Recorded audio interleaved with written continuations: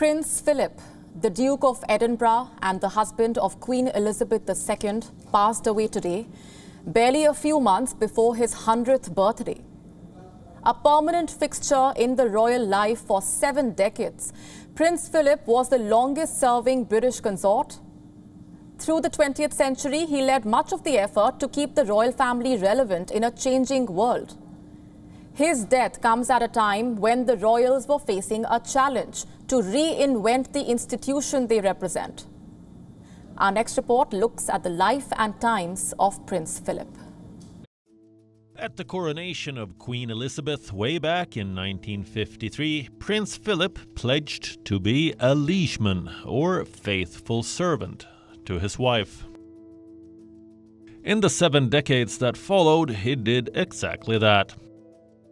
Born into British and Danish royalty, Prince Philip was the only son of Prince Andrew of Greece and Princess Alice of Battenberg. Philip's childhood was a turbulent one. After a coup, his father was banished from Greece by a revolutionary court. He moved to France and later England, losing touch with his mother, who was diagnosed with schizophrenia and had to be placed in an asylum. In 1938, when a world war was looming, the prince joined Britain's Naval Academy in Dartmouth. As a Navy man, he would go on to meet his future wife, then Princess Elizabeth. Just before the couple married in 1947, Philip renounced his Greek and Danish titles and took the name Mountbatten. His fairy tale wedding happened when Britain was still recovering from the Second World War. Emerging from suffering and hardship, Philip had a promising career in the Royal Navy. But it all ended.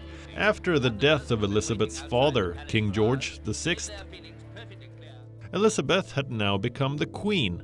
Sacrifices followed. In the following years, the prince would walk 2 paces behind his wife in public and live under her shadow.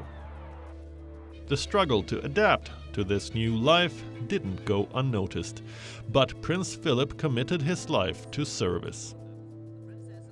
He would go on to undertake more than 22,000 solo engagements, 637 overseas visits, deliver close to 5,500 speeches, and work as a patron to almost 800 organizations. But it wasn't all smooth sailing. Prince Philip did have a reputation of embarrassing the royal family with politically incorrect remarks. Back in 1999, during a visit to an electronics factory in Edinburgh, the prince remarked that a fuse box bursting with wires looked as if it was put in by an Indian. Philip was once rude to the Chinese too, and infamously abused photographers in public. In his final years, the prince was hospitalized a number of times, but despite the health problems, he remained committed to royal duties. Until May 2017, when he announced retirement from public life at age 95, Prince Philip's death comes at a time when the British royal family has been forced to look within.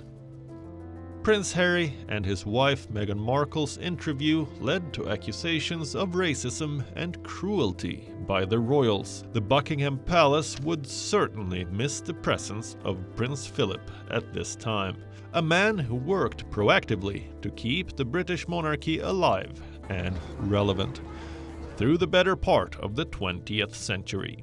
Bureau Report, WION World is One.